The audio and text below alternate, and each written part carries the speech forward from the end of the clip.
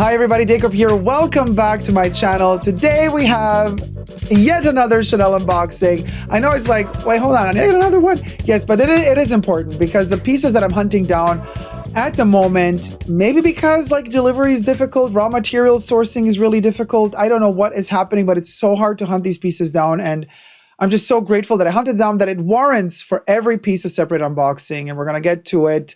Let me first say something. I just want to dedicate this video to Vivienne Westwood. She is my icon, my fashion icon and activist icon since many, many, many years. She has really changed my life. So I'm wearing parts of my Vivienne Westwood archives from time to time in separate videos, and I just want to raise awareness about her. This is not a sponsored video. I bought this stuff. This is all my things, stuff I spent money on. But I just want to show you the Climate Revolution t-shirt, or it's called the square shirt. So this is one of Vivienne's manifesto or activist wear and clothing that she produced during her lifetime. And I just want to say, Vivienne, I love you so much, and may you rest in power.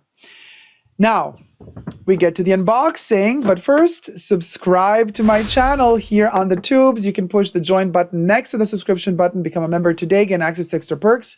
You can also follow me on Patreon, superdacob, all spelled together there for extra perks. Thank you everybody for supporting the channel. Thank you guys so much. Thumb up the video if you're into it. Now, look. It's a perfume. Oh, okay, little baglet. It's a perfume. And this one was the hardest to hunt down. I swear to God, I don't know if it's because it's the 100th birthday. Well, it was in 2022. Now it's 2023 already. But or maybe some ingredients in here are really hard to source. Could be. But let me just show you which one it is. We're talking Chanel number 22, the Eau de Parfum. And the batch code is 8001. Relatively fresh batch code, because right now as I'm filming, we are in the 8000 series. They repeat every 8 to 9 years. But so Beauty Boutique sold out. Online, it was sold out. 200 ml sold out. 75 ml sold out. Even the Extrait, couldn't find it anywhere. I mean, this is insane. So finally hunted down one fashion boutique, not beauty boutique, one fashion boutique that still had one bottle left. And I was like, wow. Now listen, I do have... here's the eau de toilette. It changed color a lot because of the vanilla in there. So it got this gorgeous ambery, almost red brown ambery color. And you're going to see how a fresh batch looks like. So let me unbox it and show you how batch 8001 looks like. I was so shocked that I couldn't find it. And I thought, it's going to be an easy thing. I mean, who's into all of these like 20s? This is from 1922, by the way, the first time that number 22 was released. But I was like thinking, well, who's going to buy all of these kind of, like old school traditional Chanel exclusive perfumes? Apparently more people than I thought, because I just couldn't find it anywhere. There it is, the beauty. So we got Chanel number 22. There it is. And let me compare it to how it looks when it ages a little bit. I mean, it's insane. It's like almost translucent here, the color. But then, I mean, this is yellow, but it's a very pale yellow as opposed to how it ages. Now, this doesn't mean that the smell gets any worse. Vanilla oxidizes with time, and it just gets a little bit darker. The smell is still divine. However, when your batch gets a little bit older, this is a very, very aldehyde heavy fragrance. Okay, this is like, I think if somebody were to ask me which Chanel perfume is the most aldehydic of all of them, number 22 and number 5 would be at the top. They're always competing with each other, but I want to say number 22 is, dare I say, more aldehydic than Chanel number 5. So also with time, the older the bottle gets, the older the juice gets, the more aldehydic it gets. It's very aldehyde heavy, which some people don't like. I'm personally fine with it, but when they get really old, they get very aldehydic. But let's spritz away the fresh batch. I'm really curious to see how soft it's going to smell. So as I said, this is 80... What was it? I can't even see. 8001. It's also etched on the bottle at the bottom. So what do I have here? Nothing. Okay, here goes. Oh my gosh. Majestic. Very aldehyde heavy though. Like it's aldehyde central and definitely more aldehydic than Chanel number 5. Soapy. Aldehydes are usually soapy. It's sparkly, soapy, like champagne, but soapy. But because it's also quite heavy on ilang ilang, you're going to have a very special, typical to Chanel number 22, an aldehyde smell that is buttery, like a creamy aldehydic smell. That creaminess comes from the ilang ilang and the vanilla, typical to Chanel number 22, which gives it its special character. Oh my gosh. And you know what? Now, with a very, very fresh batch, you also get, it kind of makes me realize that Dolce Gabbana's first fragrance for women that now, I don't even think they make it anymore, but Shiseido used to make it still for a certain period of time because, she said Prestige took over Dolce Gabbana fragrances. They reformulated it heavily on Lily of the Valley base, but the OG from the 90s was also an aldehydic bomb with a lot of sandalwood in the dry down, and a lot of people compare it to Chanel number 5, and I see the resemblance to Chanel number 5. But now that I'm smelling a really fresh batch of 22 Eau de Parfum, I want to say this comes closer to Dolce Gabbana Pour Femme. It was just called Dolce Gabbana back then. It didn't have a Pour Femme at the bottom. It was their first perfume for women. The red cap, as they call it. Very aldehydic fragrance, very aldehyde heavy, very soapy in the opening, and then it becomes very animalic in the dry down. Now this one, oh my gosh, it's Dolce Gabbana. I mean, Dolce Gabbana is number 22 because this one came first, but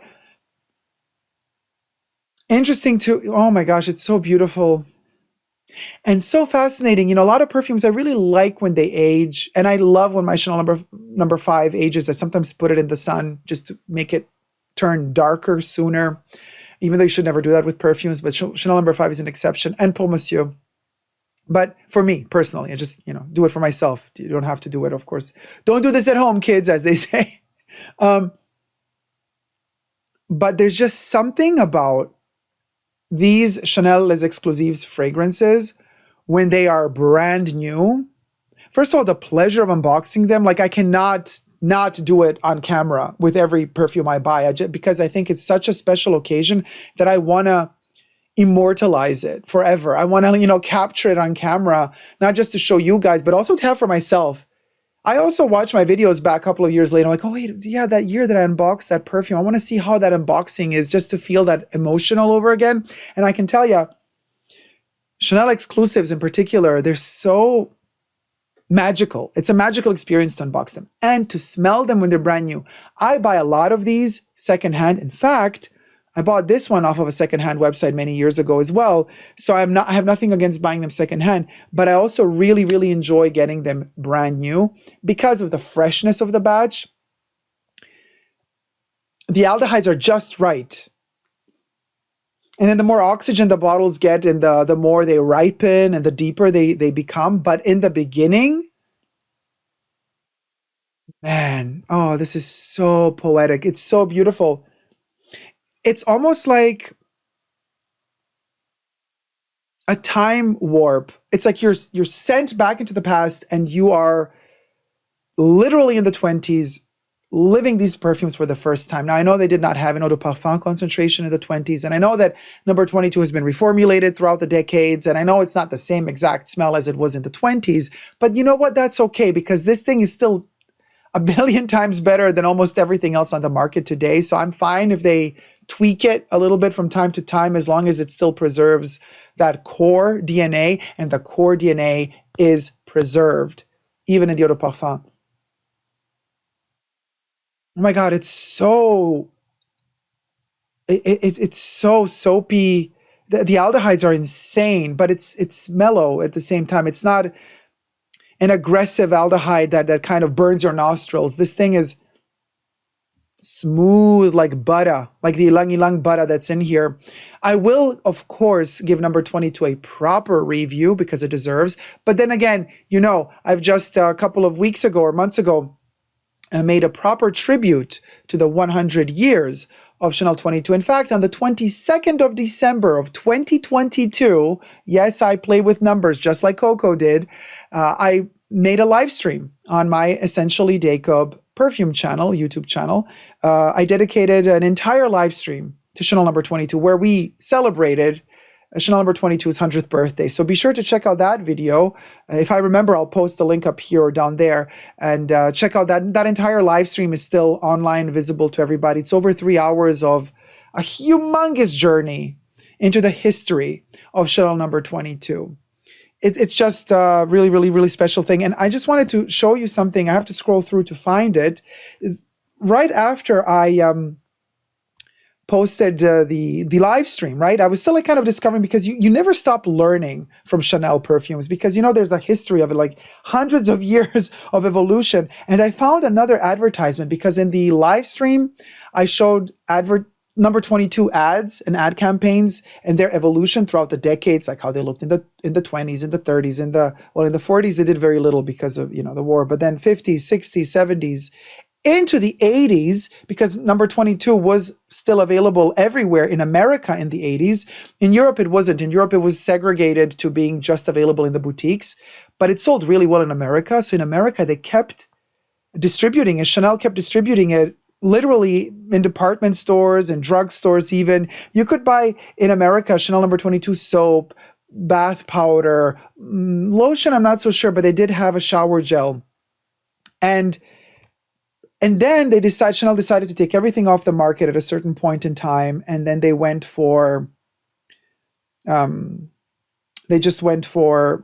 segregating it to eau de toilette and extrait form in the boutiques worldwide only.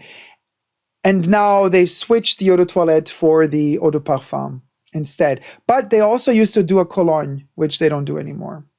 Alas, it is what it is. So, of course, now I cannot find it. Here it is. This is the most interesting ad I've ever seen of Chanel number 22, because what Chanel wrote here, so you can see, right underneath number 22, it says, number 22, a delicate disturbance. I'm going to zoom that in. This is insane. Look at this. They said a delicate disturbance. This is genius. This is exactly what Chanel number 22 is about. There is a disturbance there, but it's like, it's delicate. It just kind of shifts you to the side, because it's kind of like a time travel machine. It makes you feel like you're back in the 20s, but it's delicate. It doesn't, if you're not aware of it, you're not going to notice it even. Just saying. But anyway, proper review for this masterpiece and legend also coming up for the updated version of it. Until next time, subscribe, thumb up the video if you liked it, and never give up on love. Bye.